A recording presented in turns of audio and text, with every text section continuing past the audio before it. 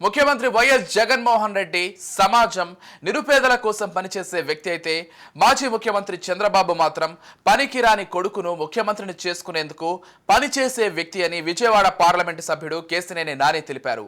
CM YS Jagan పార్టీలోకి ఆత్మీయ స్వాగతం పలికి తనను గౌరవించారని చెప్పారు. 2019 వరకు టీడీపీకి కంచుకోటగా ఉన్న నందిగామలో జగన్మోహన్ రావు, అరుణ్ కుమార్లు ఎవరూ చేయలేని సాహసం చేశారన్నారు. వారి మంచితనం, సమర్థతతో నియోజకవర్గ ప్రజలు మనసులు గెలుచుకున్నారని చెప్పారు.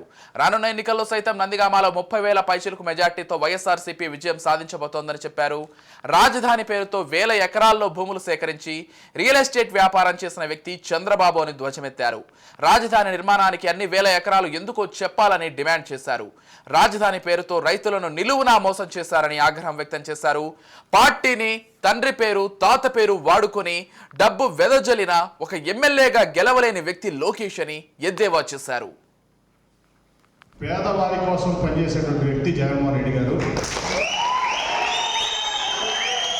కేవలం రైతుల కోసం పనిచేసేటువంటి వ్యక్తి చంద్రబాబు నాయుడు గారు.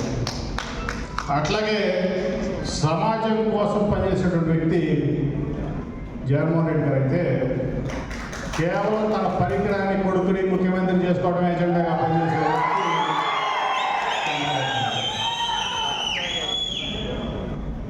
33,000 ఎకరాలు అమరావతి రైతులు ఎవరి కోసం చేశారండి?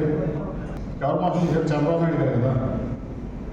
ఇప్పుడు నీకు రాజధాని కట్టాలి, మన ఎవరం కూడా ఈ ప్రాంతంలో రాజధాని రావడానికి మన ఎవరం వ్యతిరేకం కాదు. నువ్వు ఎక్కడ కట్టుకోవాలి?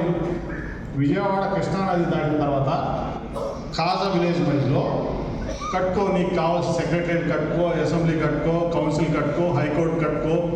నీకు కావాల్సిన అన్నింటి కట్టుకుని పాత అమరావతి నుంచి తెనాలి వరకు మాస్టర్ ప్లానింగ్ ఇస్తే గన్నవరం ఎయిర్పోర్ట్ నుంచి గుంటూరు వరకు మహానగరం అయ్యేది. ఈ ప్రాంతం అంతా బ్రహ్మాండం అయ్యేది.